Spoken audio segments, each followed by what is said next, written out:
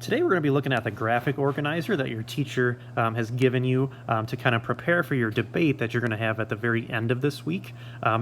You're going to be receiving an article from your teacher and also receiving a side of the argument that you'll kind of put in the cite the claims of the argument box at the very top of that row. So kind of first step though, whatever article you're given, definitely read through it. So I'm going to pick an article that's not going to be one of the articles that we are going to be working with in class. Instead, I'm just going to pick an article is going to kind of show you like the model of how I want you to kind of go about this process. So when you get your article from your teacher, go ahead and open it up. I would read through it about twice, okay? First time for just a general understanding, make sure you know what's going on, you understand the entire argument, and then the second time you read through it, maybe start looking for the specific and strong arguments for your side of the argument, okay? With this website too on the right-hand side, if you want to listen to the document, you can click that button as well.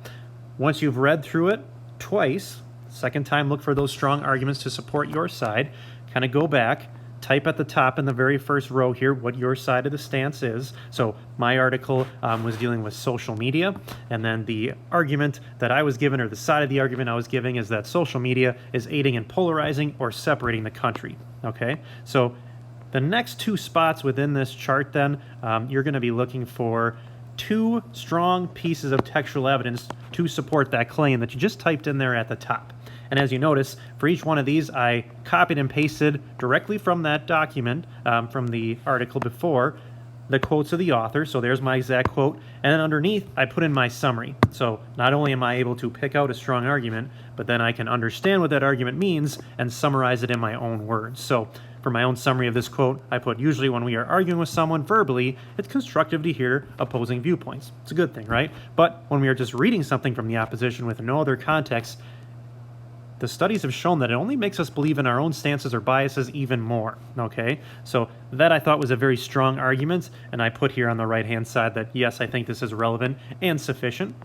Then for my second argument, I went down a little further in the document. I copied and pasted another exact quote, and then I put it into my own words again at the bottom here. So usually on TV and social media, each party or side tries to influence their most extreme followers. So a lot of the time we see what we see on Facebook or Twitter is meant to polarize us even further. Instead of trying to find a middle ground, most of what we see on social media is meant to expose the other side as horrible and only entrench our own beliefs even further. Okay, so those I thought were the two strongest pieces of evidence that back up my claim, and I could debate those verbally at the end of the week. And then we're looking for a counter argument. So does your article address the other side? Okay, I was able to find a counter argument within that article. I copied and pasted the exact quote here. It's from a doctor named Dr. Yang. And then kind of like my summary kind of goes to the right-hand side for a rebuttal, or if I'm refuting it. So I kind of put in here kind of like a summary of what that quote was and how I would be able to argue against it if that came about. Because in debates, we want to know the strongest arguments for the other side so that we're prepared and we can kind of destroy those arguments. So even if the specific political parties share most of the responsibility for polarizing the country, it does not take away from the fact that social media has become the primary way we communicate and argue with each other today.